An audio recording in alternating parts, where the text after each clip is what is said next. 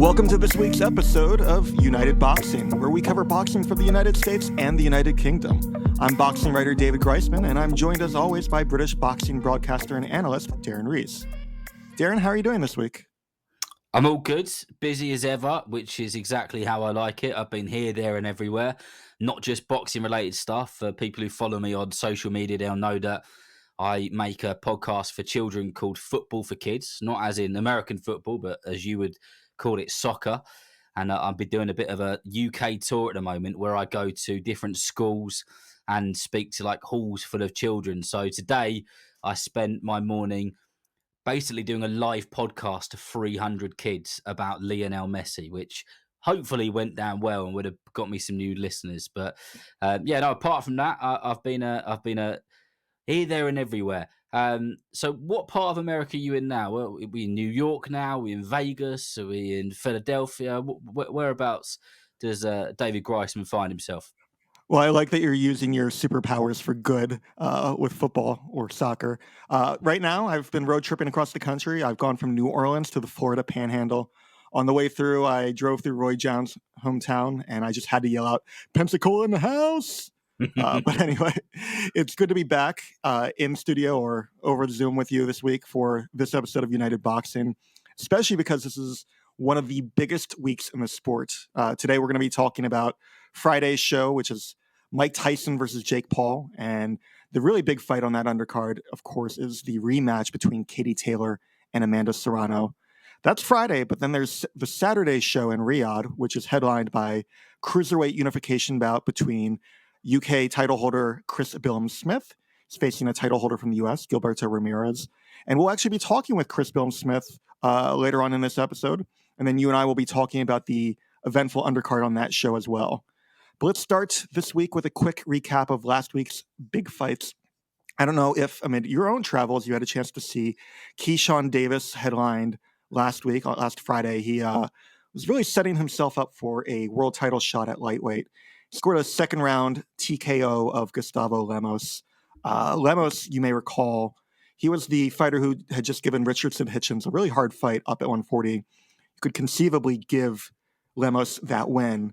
We'll get a little bit more into this later when I talk about Davis in the Fighters of the Week, which is a spoiler alert, but this was a big win for Davis. It could land him a mandatory shot at the WBO title holder, who's Dennis Brenchik.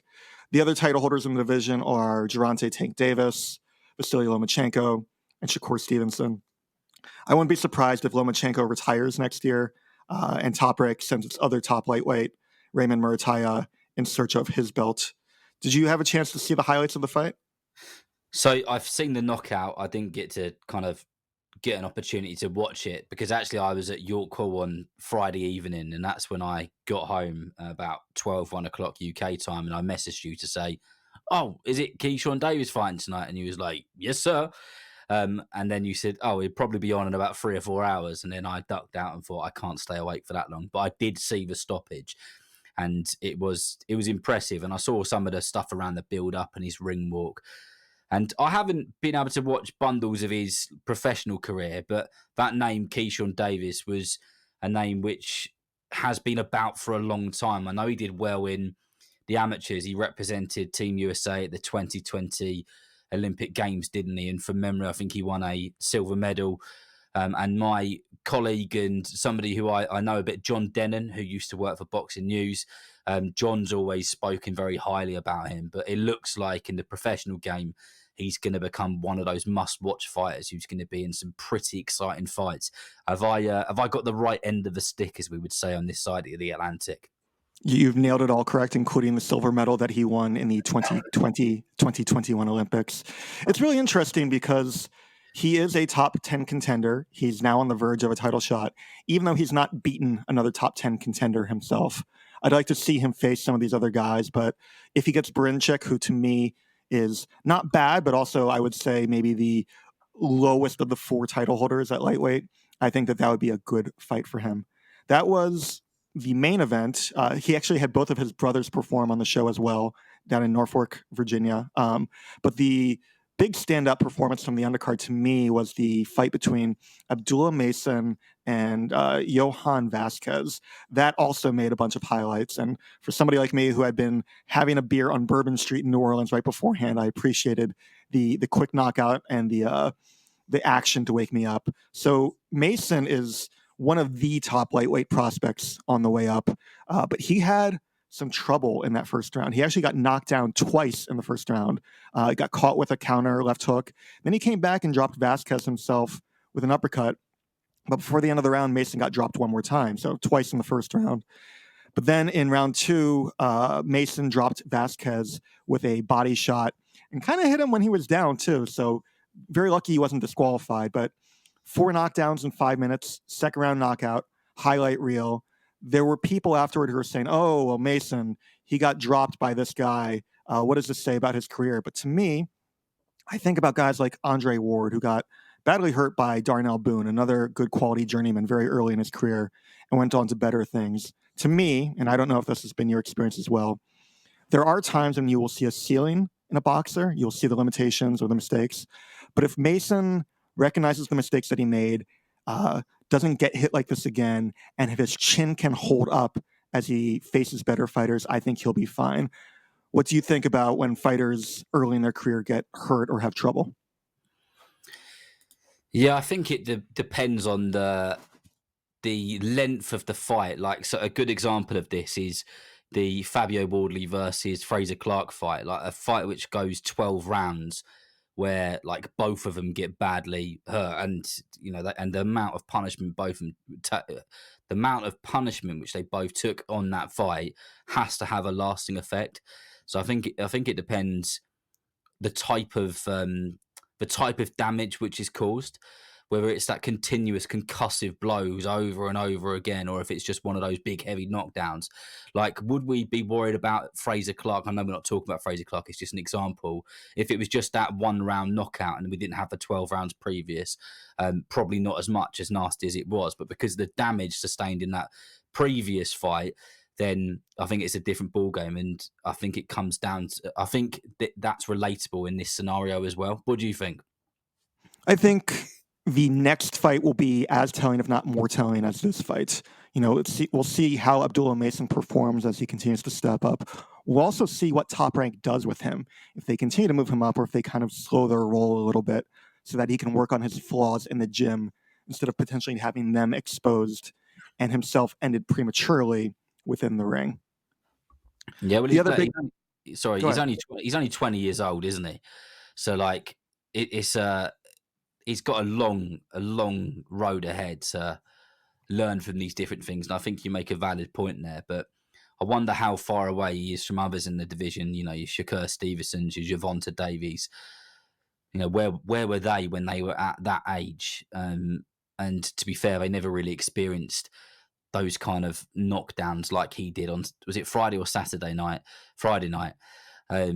So yeah, it'll be interesting to see the way that it pans out. And this provides a good segue to the main event from Saturday night, because if you talk about fighters who didn't really have it tough with their opposition coming up, that's Jaron Boots Ennis. And it's not that Ennis wasn't facing good fighters, he just was so superior on the way up. And I think when you are that offensively superior, you might not work on your flaws as much. So this Saturday in the main event in Philadelphia that we talked about with Adam Abramowitz last week, Jaron Boots Ennis had a rematch that we thought really wasn't necessary versus Karen Chukhadzhian. And I'm happy to finally be nailing that last name there. They'd fought in January of 2023, and Ennis won by a complete shutout, 120-108 on all 3 scorecards. And so that had been for the vacant IBF interim world title back then.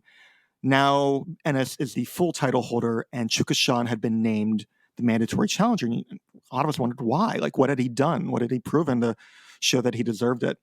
Chukhadzhian gave Ennis some trouble. He was landing some really good shots. Just happened to be that Ennis held up well. But it is a little concerning with the past couple fights, whether we are now seeing the limitations of what Ennis, once considered to be maybe the boogeyman, but if not the boogeyman, at least the top contender at 147 when Crawford and Spence were around, whether he could even compete not whether he can compete, but whether he could dominate the other title holders at 147. And then the question for Ennis is if he moves to 154, where there are bigger names, are those bigger names going to be able to take even better advantage of him, given his flaws? Yeah, and I wonder if also the likes of Eddie Hearn and people around him have put a bit of pressure on Boots, because he's been described as by them as the greatest 147 fighter on the planet, and they don't see anybody beating him. And then, like that Philadelphia, I don't know what the arena's called, but they did well, didn't they, with tickets? And obviously they're making a lot of noise and they're marketing him in the right way. And sometimes that can go against a fighter. I don't know, it was a bit of a bang average performance, wasn't it? And maybe that was because of the circumstances and all the noise which was made around him. Yeah, there are explanations that sound like excuses, but could also make sense. Boots Ennis was saying that, maybe he needs to move up to 154, and I wasn't certain if he was talking about for his body or whether it was just the quality of opposition there. It's wholly possible and plausible that Ennis was buying into the same storylines that we were, that Chukhadzhian really didn't deserve this fight, and maybe he just wasn't expecting the improvements that Chukhadzhian had made. So it's wholly possible that he could fight up and down to the level of opposition, but he will have a lot to work on. And the other question is whether his trainer, which is his father, will help out with that. There was a lot of words from his father, like, you need to put this guy away. But there wasn't really a lot of advice for how to do that. So I think that there will be a lot of work. If he changes trainers, that might set things back a little bit. But that wasn't the only big fight from the undercard at the Wells Fargo Center. So the other big fight on the undercard and the best performance was Jesse Bam Rodriguez. You and I were just talking about Abdullah Mason being 20 years old. There's no one size fits all for boxers at ages or the stages of their career. But at 24 years old, Bam Rodriguez is clearly a pound for pound talent. Faced a guy named Pedro Guevara, a former title holder at another division, who had never been stopped before, had faced some very good opponents in his losses, and Bam just completely obliterated him over the course of 3 rounds. It was a great performance. Did you have a chance to see it?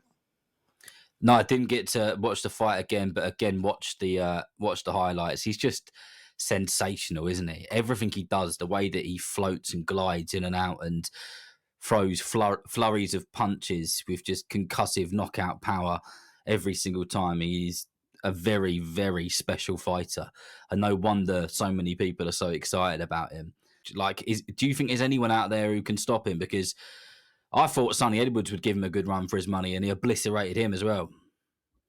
You just look at the names that Bam has gone through in recent years, and he really just stepped up on late notice when he fought Carlos Cuadras. He knocked out Strisa Rungvisai. He went down. He beat Sonny Edwards the way that he did, came back up and went through the champion, Juan Francisco Estrada. As we were talking about with Adam last week, that's 3 of the 4 kings. The question is whether you get Roman Chocolatito Gonzalez. And I think that there's not really an appetite for that.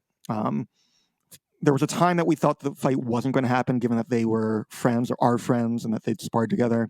I think money could put the 2 of them together.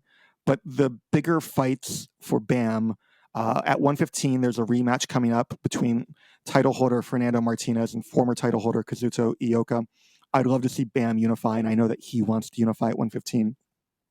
We heard a lot on the DAZN broadcast of, what about Bam versus Naoya in a way? The champion 2 divisions up at 122.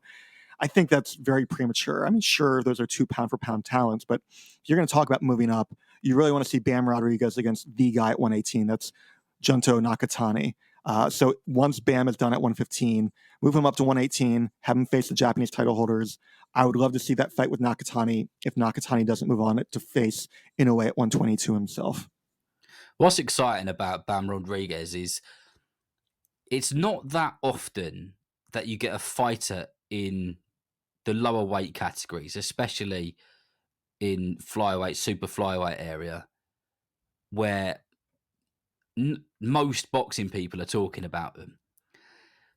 You get it with the heavier guys, you get it with the light heavyweights, you get it with the cruiserweights, and of course you get it with the heavyweights. But there are a lot of people who don't follow the sport as closely as the likes of you and I do, or don't work in it, or whatever else, who are talking about him, because you use this phrase a bit on the podcast, and it's right to use it.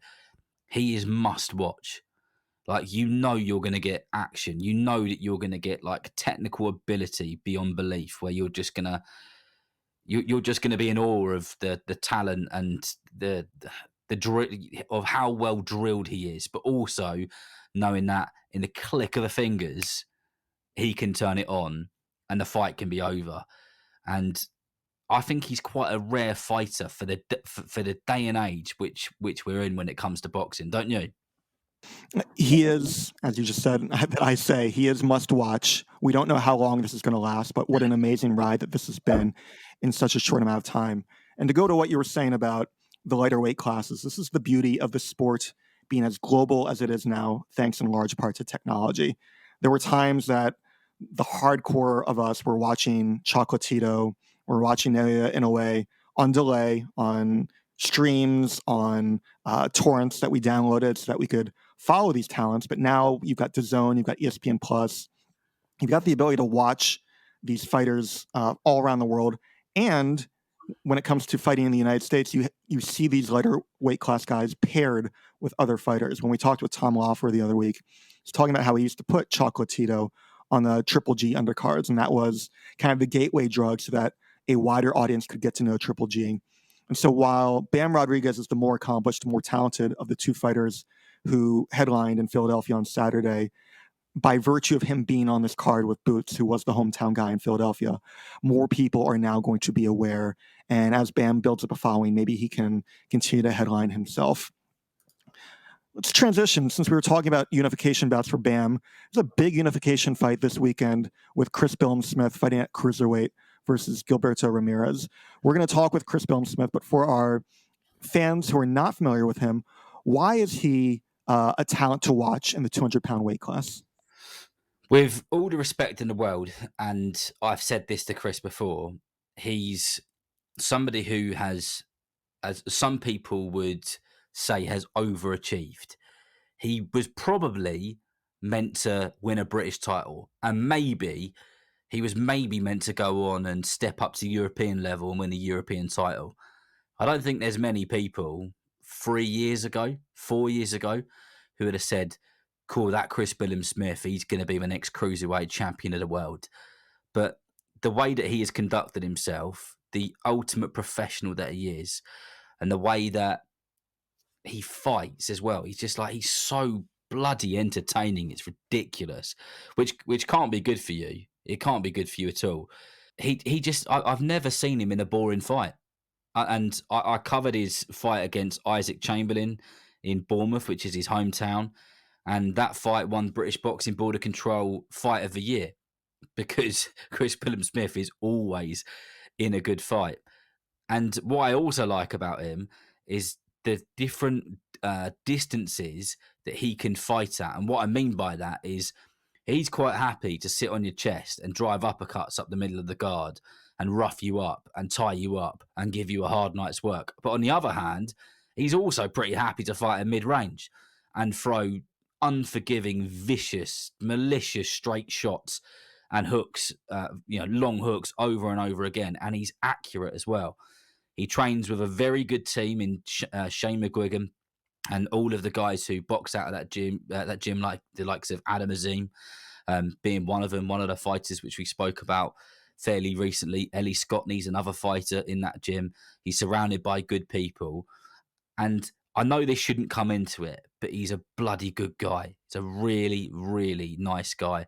I took my sons up to an amateur competition in the Midlands of England, and as I was walking into it was a leisure centre where the boxing was taking place.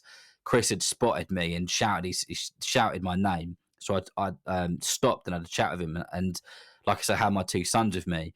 And immediately, straight down to their level. All right, boys, nice to meet you. Chatting away to him, and he's just such a humble guy. And I can't help I can't help wanting him to do well and wanting him to do bigger and better and greater things. Not just because he's British, but because he's a decent chap as well. What do you know about him as an American?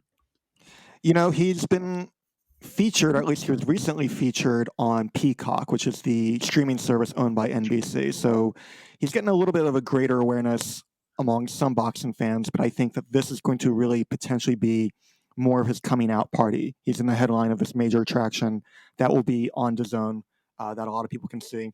And this is a potentially good action fight with Gilberto Ramirez. So it'll be interesting to see how he performs and what happens with him both in the UK and beyond. So let's hear what Chris had to say to us about this fight and what he wants to do afterward.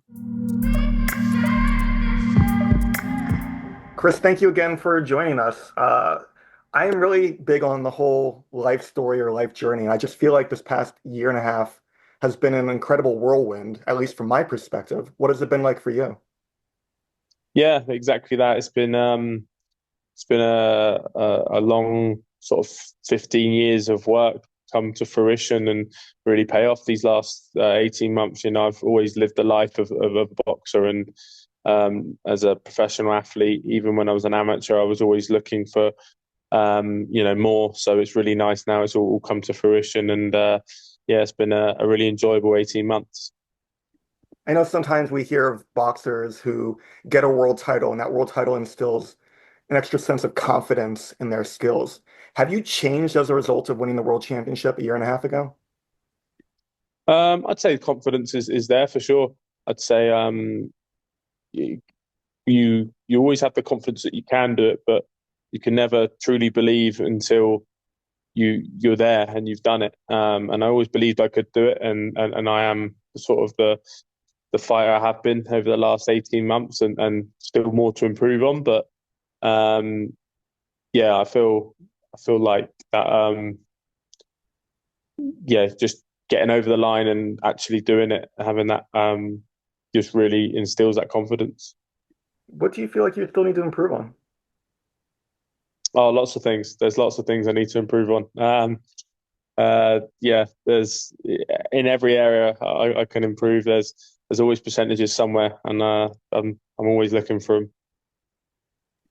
You've been in some tough fights over the course of this past year and a half. How would you say those fights have helped prepare you for a fight of this magnitude on a stage as big as this? Yeah, I think the experience I've had headlining in my hometown football stadium, the team I support, that was huge pressure, and then going away to an opponent's football stadium and being the underdog there as well, and having to perform and do that's been really good. So it's kind of it's weird to say, but the career side of me and the boxer side of me is like, oh, this is work now. This is just what it is, and this is normal. But then, when I step out and look at it from, teenage me and looks at it and go, wow, you've come a long way. But there's obviously always lots of pressure on, but I've always thrived under pressure and loved that. I always wanted the pressure to be on me, even as a kid. Taking penalties for a team, I'd love that pressure. I've always be the one to put my hand up first and try and take it. So I've always just thrived under pressure. So the bigger the stage, the better. On a related note, the fights that you've actually been in, like with Chamberlain, with Oakley, with Masternak, how have those prepared you for the level of difficulty that you're facing now? Yeah, I think they all have their merit. Obviously, Zerdo is very different stylistically, but just in terms of the preparation, having to overcome different styles. You got someone in Chamberlain who's a bit more flat-footed and but slicker. And then you've got Lawrence, who can move really well and has got huge long levers and can really punch. And then you've got Masternak, who moves his feet really well and puts his shots together. So they're all different styles, and it's just adapting to all those different styles all the time. And that just keeps your brain ticking. It's been the same this camp. Obviously, sparring southpaws for this camp, and that keeps your brain ticking and having to adapt. So it's just knowing that you can adjust to different styles helps, when you come up against another style now, like I've got with Zerdo. I was reading an interview that you'd done about Zerdo, and you spoke very respectfully of him. Why do you hold him in what I think is pretty high regard? What he's achieved, to have 47 fights and 46 wins, and your only loss be to Dimitri Bivol, having won a world title at 2 different weights, is you don't get there by luck. You get there with a lot of hard work and skill and all the other attributes that you need to become a champion and stay one and compete at that top level. He's got some great names on his record. He's beaten a long-standing champion at cruiserweight in Gullamirian. So yeah, and the fact he's only losses to Dimitri Bivol, who's obviously a very, very skilled operator and one of the best of this generation, then I think you have to respect that. And when I watch him, he's got a lot of different skills. He ticks a huge amount of boxes. There's not really anything he doesn't do very well. He's a very well-rounded boxer. There's not any glaring weaknesses there. So that's why I respect him. You stand about the same height, but obviously he's coming up from lighter weight classes. Do you think that size will at all be a factor in this fight?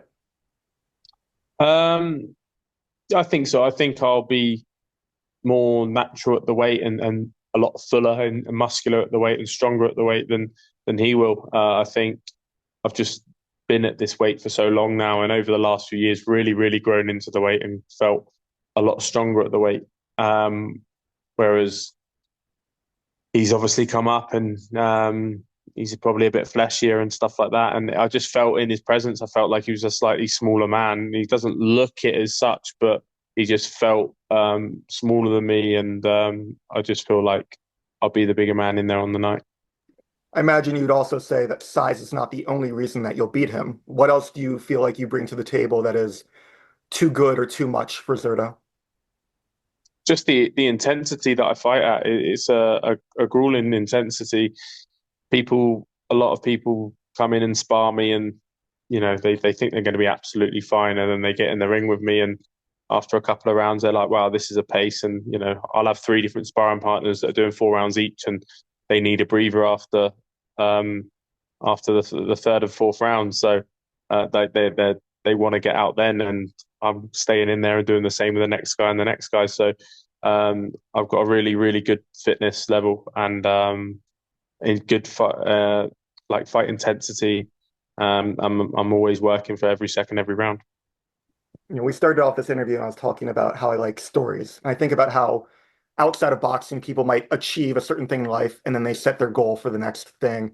What is it that's really driving and motivating you now that you've accomplished what you've accomplished? Well, I've obviously won 1 world title, and there's 4, so there's more to collect. There's a kind of a legacy at stake. I mean, this weekend alone, I'll be the first Brit since David Haye to unify the cruiserweight division, which should be a great honour. I really respected David's boxing. I used to watch him and admire him. And he actually beat Jean-Marc Mormec on the day of my first amateur fight, which is just 17 years ago the other day. So it's weird, a very strange link that I'd be the next British cruiserweight to unify. So it's a nice touch. But yeah, lots of driving factors in that, and then obviously my family and they're just to do them proud, and my young son Frank, bring him home more belts and more things to look at and be proud of me when he's older. I know fighters don't like to look beyond the fight immediately in front of him, but does that mean that you are looking to stick around cruiserweight for some time and that Opetaia would hopefully be next? Yeah, that's the plan. Obviously got a tough task on my hand on Saturday, but for me, that they're my next 2 fights would be Zerda and then Jai Opetaia. What kind of challenge do you feel that Opetaia would present for you? Challenge, obviously another southpaw, but also different type of southpaw to Zerda. But I've studied him, but not studied him too intently in terms of, especially at this stage, because obviously got a very different style in front of me on Saturday. It's great to see the attention coming back to cruiserweight. I don't know how closely you followed the division. Obviously, you did mention David Haye, but for so long, it felt like cruiserweight was like a way station on the way to other weight classes. Do you see yourself eventually moving up to a bridgerweight or a heavyweight? No, it's hard. I like to look ahead. and have goals, but I never look too far ahead. And I think because there's still three more belts to collect, I would never look that far ahead. But never say never, but I can't see it happening. But I think you're right. Cruiserweight is getting more attention now over the last sort of 5 years or so, which is great. But it's just purely because of the name of the weight. Because if people watch the fights and they think about what weight it is, it's the same weight Muhammad Ali was. Right? I probably get in the ring maybe heavier than Muhammad Ali got in the ring at. He used to box around 15 and a half stone as a heavyweight. So they produce exciting fights because you've still got the power and the speed and the skill there. Whereas the heavyweights sometimes it's just some just big superhuman men that are hitting each other, which people obviously like to see the knockouts and stuff. But yeah, it's great to see cruiserweight getting some rep. What weight do you walk around at, and how is making weight for you? Yeah, making weight's fine. I don't balloon up. Probably the heaviest I go ever is probably 9 kilos overweight. So I'm not. I've sort of grown into the weight throughout my career, so it's never been too bad.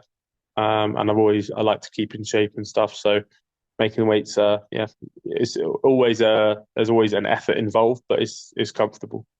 So there's no temptation to follow the lead of a David Haye or an Alexander Usyk and go up to heavyweight? No, not really at the moment. Like I said, I've got a lot to achieve at cruiserweight. I know you've been doing these interviews all day, and you probably get asked a lot of the same questions. What do you wish that we would ask you that you haven't been asked? To be fair, I did most of mine yesterday, I think, and then I've only had a couple today. So that's a good question. Who knows? I get asked a lot of varying questions, to be fair. And I do enjoy the interviews. I can't think of anything off the top of my head. There's always like now and again you'll get like tell us something people don't know about you. And I'd always have an answer for it, but I can never remember. Like when I don't get asked it, I can remember a good answer for it. But then when I get asked it, I forget what my good answer would have been. So I can't even give you that right now. But no, there's nothing on top of my head that I can think of. This is a fight playing in front of an international audience, and I'm with a podcast that is both for UK and US boxing fans. For people who are not as familiar with you as they should be, what should they expect to see when they see you in the ring for the first or the second time? Entertainment. It's always entertaining. It's not. I wouldn't call it a slick style. Like some people like the pure science of boxing, but it's an excitement and an entertainment always. And I bring relentlessness and punch power, good inside fighting, good speed, and a heart like no other. Well, it's nice to get to know you. Thank you so much for your time today, and looking forward to our next conversation. Cheers, David. Take care. Obviously, the lineal and IBF champion at cruiserweight is Jai Opetaia. Is that the fight that you most want to see next for the winner, whether that is Billam-Smith or Ramirez? Yeah, that is a fight which has to happen, and I think it's a fight which I think all three of them have got on their minds, haven't they? In terms of money for the cruiserweight division, but Chris obviously because he's been making little digs at Jai Opetaia, and Jai Opetaia has been saying things himself. But I know what sort of professional Chris is, and although those conversations and those little moments have happened, he will be thinking about one thing, and that is winning on Saturday night in Saudi Arabia. And I think he can do it. And the reason I think he can do it is because of all the things that I said before we got into the interview. But there's a reason that fighters are paced throughout their career. And if they're paced right and they're matched right, that helps them get to the highest point that they possibly can. And when I look at some of the fights which Chris has had, he has steadily just gone up a level of opponent each and every fight. There might have been the odd one where he might have, maybe it didn't go up or down and maybe it stayed a little bit level. But Like the Isaac Chamberlain fight, I said, he would have learned so much about that 12-round slugfest of how deep he can go. And then he had a tough opponent in Arman Jojai, who he knocked out in the 5th round, and I think he broke his ribs in the end. And then he had that difficult night with Lawrence Okoli. I was there at the Vitality Stadium in Bournemouth, and Lawrence made his life hell, just tying him up and being really awkward. So it's another thing which Chris had to overcome. And then, of course, his most recent one was against Richard Riakporhe, where he showed the sort of balls which he had to go to an away ground. And I say an away ground because it was at Richard Riakporhe's home football stadium, Crystal Palace. And then he put on, maybe a masterclass is a bit too much of a compliment, but he put on a really good show and he won that comfortably on the cards. So that apprenticeship, that journey on the way to this fight will serve Chris well. And I think that he'll get the job done on Saturday and then he'll start shouting about Jai Opetaia. I take it that's the fight you want to see. Of course. It is the fight, and going from a unification fight into another unification fight en route to hopefully potentially having an undisputed champion would be great. You mentioned the apprenticeship. It's been a really amazing whirlwind this past year and a half. Even that Masternak fight, Billam-Smith was losing at the time when he came back and stopped Masternak with the body shots. That Riakporhe fight, that was a rematch, and Billam-Smith avenged his previous loss. But we're getting a little ahead of ourselves because Gilberto Ramirez has his own aspirations for greatness. It's been really cool to see what he himself has done. He started off at middleweight. I'm wondering how he's going to be doing against cruiserweights. He did capture a world title some time ago at super middleweight, went up to 175, lost to Dimitri Bivol. So now here he is at 200, and he beat Arsen Goulamirian for a world title early in the year. This is not a given for either guy. I do think that Ramirez has grown into his 6'2" frame, but it could be a potential challenge. Ramirez is teasing that he might want to move up to heavyweight a little bit later on. Let's see how he does against Billam-Smith first. Either way, this is going to be an action fight. And there's some very good fights on the undercard as well. Going to two fighters who are half the size of Billam-Smith and Ramirez, there's a unification bout at 105 between Oscar Collazo and knockout CP Freshmart. That's the nom de guerre, as a bunch of the Thai fighters do. Although when I look at Freshmart's record, 25-0, 9 KOs, many years ago I decided that he should now be called unanimous decision CP Freshmart. This is a good fight, though. Freshmart is the longest reigning current title holder in boxing right now. He's had his WBA belt since June 2016. Collazo, meanwhile, he won his belt just May of last year. He's made 3 successful defenses, but he's 10-0, and he's one of those guys who's stepped up very quickly, scored some good wins, including when he won his belt over Melvin Jerusalem. I don't know how much the 105-pound weight class is watched in the UK. It's definitely not watched a lot in the US, but I think that is one of the fights that I'm most excited about, even though it's not two of the biggest names on the card. We go back to Jesse Bam Rodriguez, don't we? And the whole idea of him being must watch, which he is. And I don't think there's that many people, even kind of hardcore boxing fans, who there'll be a handful, and you'll be in that handful who will get excited for a fight like this down at those lower weight categories. And that is just because they're normally kind of technically very sound to watch, aren't they? And they're very fast paced, and everything is very quick within these bouts. But I don't think it'll get the majority of the boxing fraternity too excited, although it probably should. I think about guys like Chocolatito and Inoue, and they started off even lower than they are now. So maybe this will be the entry for people, but if not, at least you and I will enjoy it. There are 2 other fights of note on the undercard for Billam-Smith versus Gilberto Ramirez. One is William Zepeda, the top lightweight contender, against Tevin Farmer. This will be interesting because we've been wondering what direction Zepeda was going to go, and he's been ranked number 1 by all 4 of the sanctioning bodies. But this fight is for the interim WBC title, which would put him on course to face Shakur Stevenson. I know that they had tried negotiating and that fight didn't happen, but maybe if Zepeda wins, he'll face Shakur in 2025. I'm excited about that. I'm excited to see how Zepeda does against top talent. I don't know that Tevin Farmer, who himself is a former title holder at 130, will present too much of a challenge, although he is a skilled boxer, so maybe that is something that Zepeda hasn't dealt with before. And then at 140, and this is something that should be of interest for UK fans, not for the fight itself, but for the implications, is Jose Ramirez versus Arnold Barboza. Ramirez, you may recall, was the unified title holder at 140 and then lost to Josh Taylor, who we'll be talking about a little bit later in the fight for the undisputed championship.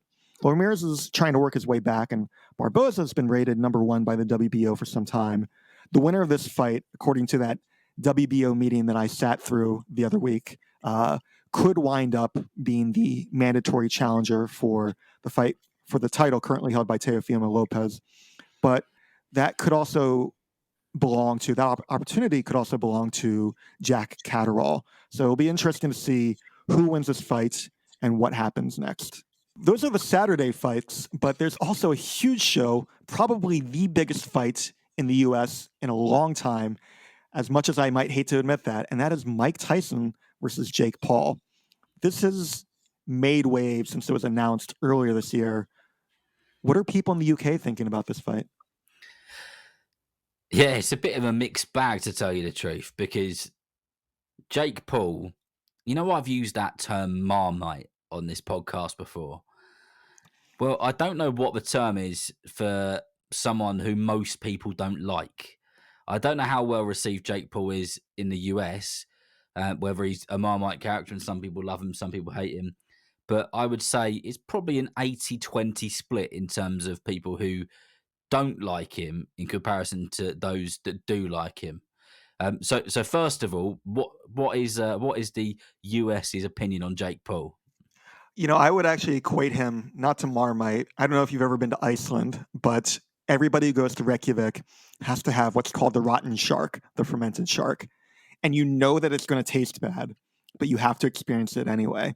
And I think that is my best description of Jake Paul. He is in bad taste, although he's definitely put in the work to become a better boxer. The way I put it in my TV Picks piece on Boxing Scene is that this is the freak show that really sells people on buying tickets to the circus. But once you get inside is when you begin to see all the talent that is underneath the big top.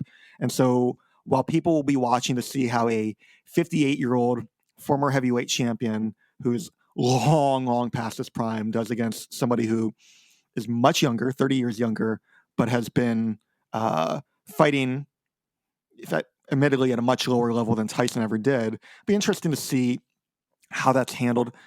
I don't know that I want to talk about this fight too much, but it will be watched. It will be talked about the same way that casuals have been talking about Floyd Mayweather or Manny Pacquiao over the years. I'm more excited about what this means for the co-feature. Jake Paul, as much as we can and do malign him, he is the manager, the promoter of Amanda Serrano. And the co-feature of this fight will be the rematch between Katie Taylor and Amanda Serrano. Their first fight was for the undisputed lightweight championship. This one is for undisputed at 140. What are your thoughts on that? First of all, I am so pleased that they are getting the sort of paydays which they should be getting. I know that Amanda Serrano had put something on her own social media this week saying that her and Katie broke the $1 million mark for their first fight, and so they should have, and they probably should have got paid even more than that. And in her words, it was something along the lines of, and this breaks that record by quite a considerable amount, which is great because the first fight was amazing. It was so good. It was so entertaining. It was all action. I've genuinely been excited about this rematch for a long time. In fact, I probably haven't been as excited for a rematch and a genuine rematch like this for a very, very long time, maybe even years. So that is great that there are some proper fights on the undercard. But if I can just rewind to the whole Mike Tyson, Jake Paul circus. Now, what I will say about Jake Paul is I do admire his ability to market in the way that he has. Even if it is done in the wrong way, he has made himself an extremely wealthy man, and then he's been able to create the opportunities for the likes of Amanda Serrano off the back of the way that he's acted.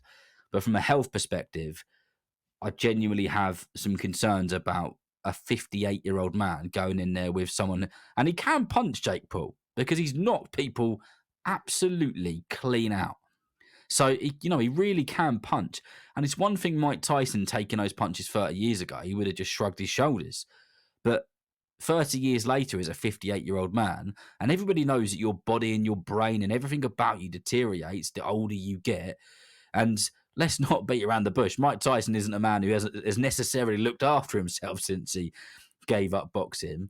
So I do have concerns about him receiving a series of concussive blows over and over again, regardless of how much money he's going to make. And if this goes terribly wrong, there's going to be some people who have got a lot of explaining to do, and I don't think they're going to have a leg to stand on.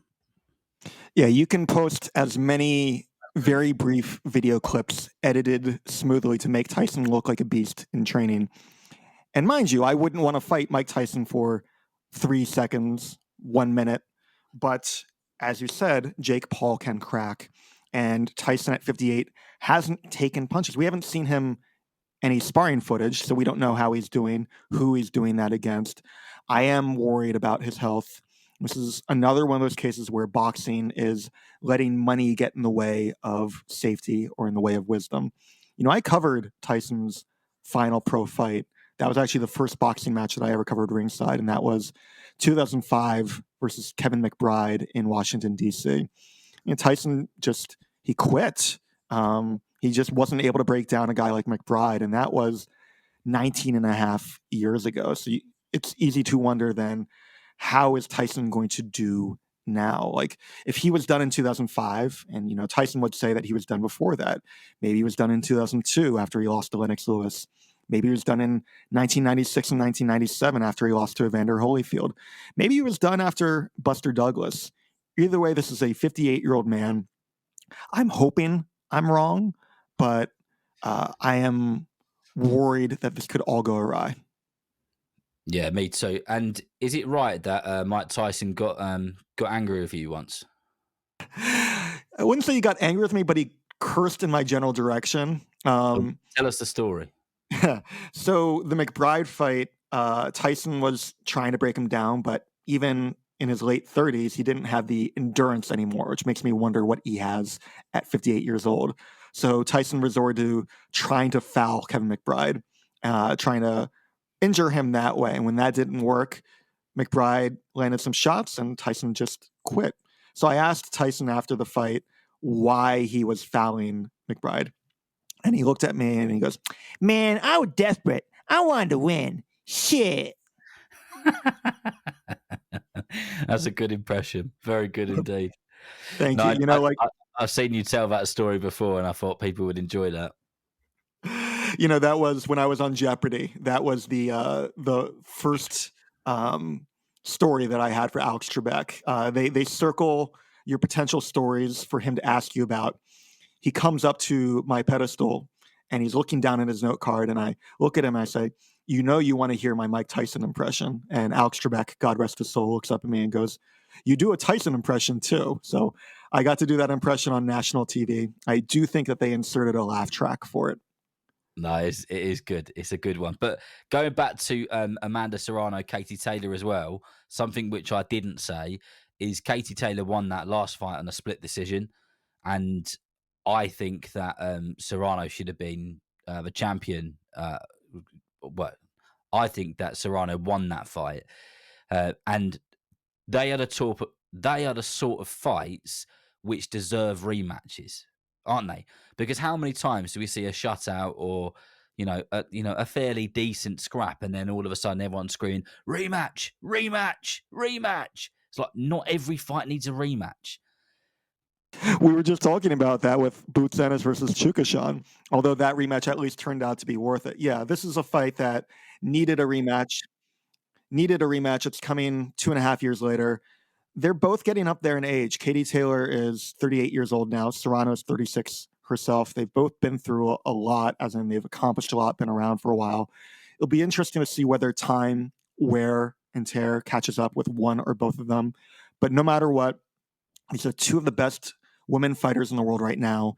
They put on the best women's fight of 2022 and one of the best fights of either gender in 2022. So my hope is that we get a great show. And as you said, they are getting paid. And given the fact that women boxers haven't really gotten that kind of attention, those kind of paydays before, I'm hoping that not only will this be good for Katie Taylor and Amanda Serrano, but that this will continue to open doors for women fighters down the road. Yeah, likewise. There's a story which I will I tell you what, I'll do it now. So I think that's really important, and I'm not going to mention any names, but there is a female fighter who I know who is a world champion and is like just financially not in a fantastic way. And when you're a champion of the world, regardless of what weight you are, you should be getting paid more than enough money to be financially very stable, especially at this present moment. I'm not saying that every fighter earns enough money to look ahead into the future and say, I'm sorted, I can buy 2 or 3 properties. But you shouldn't be in a position where you can't wait for your next fight to happen. And that is a sad thing to see. That is a sad place for the sport to be. Yeah, I mean, you and I have talked about how Claressa Shields and Savannah Marshall have moved into MMA to seek out other opportunities. Amanda Serrano had done the same as well. I was just thinking with what you were saying, Sinisa Estrada, the undisputed champion, I think at 108, just retired undefeated. And I think part of that is that the sport became too frustrating for her, wasn't really getting the paydays commensurate with her talent. The sport has come a long way for women in a short amount of time, but there still is a long way to go. Before we forget, I do want to mention that there is one other major world title fight on the undercard, and that is the fight between Mario Barrios defending his WBC title against Abel Ramos. Barrios is one of those guys that I'd like to see boots Ennis face if he is to stick around at 147. Otherwise, maybe a fight between Barrios and the winner with Imantas Stanionis' next fight, which is for the WBA world title. And then there is, I believe, one other title fight on the undercard, and that is for the vacant WBO super middleweight title. That is a U.S. fighter, Shadeja Green, versus a UK fighter, Melinda Watpool. Let's move on to some other major news. Darren, I hear that there's some news breaking out of the UK. Yeah, it's not 100% official now, but it has come from the horse's mouth. And Josh Taylor was on the BBC Radio 5 Live boxing podcast, a live show with my colleague and mentor, Steve Bunce. And he said in that kind of live with an audience show, when asked what's next, that he said, I think that's the end of the road for me in Top Rank. They've done a wonderful job for me. I guess his contract with them is, like it is expired or whatever it is. The deal which he had is over. The Jack Catterall rematch must have been the last fight. And he basically said that he needs a UK promoter now. He needs somebody who's genuinely going to be promoting him on this side of the Atlantic, and getting him, in the big shows which he wants in Scotland and so on. So I think it's unlikely he'll go to Eddie Hearn because he and Eddie Hearn don't see eye to eye. But you never know. I never thought I'd see someone like Billy Joe Saunders boxing for Eddie Hearn, but he did. Whether he'll go for Ben Shalom and Boxer is one to find out. But my gut feeling is that he'll sign with Frank Warren and Queensberry. Now, people will know that I work with Frank Warren and Queensberry. I deal with their undercards and stuff. I don't know that. That is me having an educated guess. But he still says that he's gonna stick around at 140, which I think is quite something because it's no secret that he struggled to make that weight, and he's been like that for a number of years, but he reckons he can do it, and he can do it comfortably if he does it the right way, the scientific way and the kind of new school way, rather than doing it the old school way of dehydrating himself and kind of eat less, move more. But it did make me wonder about the fights which we could potentially see Josh Taylor in. I nearly said Josh Warrington then. He's another story, but we'll save that for next week. He says, my ambitions are to win another world title. Whether or not he can is to be found out. But good to know that he's keen to continue boxing, and good to know that his ambitions are to sell out some arenas and do a lot more stuff in the UK, because he has had a few fights in the US, hasn't he? He has. It'll be interesting to see whether he's truly on the decline. I think that fighting at home will allow him to maybe step down level of opposition for a little bit and then see what he has left. Taylor is, of course, a former ring champion at 140, and that leads us to our other big news, which is that Ring Magazine has been purchased by Turki Al Sheikh. For many years, Ring Magazine was owned by Golden Boy Promotions. I will say, full disclosure, I have worked for Ring over the years. From my experience, I didn't ever have any interference from Golden Boy. I was tearing into Canelo Alvarez in a column that I had back before Canelo had really begun to step up his level of opposition, and nobody changed my wording or got in the way of things. I can't speak for everybody else's experience, but I imagine that there was an editorial firewall. I'm concerned now, though, given the stories we hear about Turkey, whether there will be the ability to say everything that they need to say or to cover everything that they need to say within the confines of both the magazine as well as the website. There's two kinds of conflicts of interest. There's perceived and there's actual conflicts of interest. On the other hand, I'm very happy for the fact that the magazine is going to be back in print again. That's going to be available. Is that on official? newsstand. Is it? It's going to be a physical copy. That's great news because I love getting my physical copy of boxing news. Like whether I've got a plane journey or a train journey, and I love picking up that and physically reading that. I enjoy that so much more than just reading like articles on the website. So the fact that Ring Magazine will be back in print is great. Sorry, that just got me all excited. Yeah, well, I mean, here's something else to excite you. In addition to it being back in print, 13 issues a year for subscribers, it will be available on newsstands in select cities, including in London. Wow, okay, that's great. That's really good. But yeah, so I'm happy for readers. I'm happy for our peers in this industry that they will have a job, given the fact that, especially in the U.S., there's not as many paying gigs for boxing writers out there.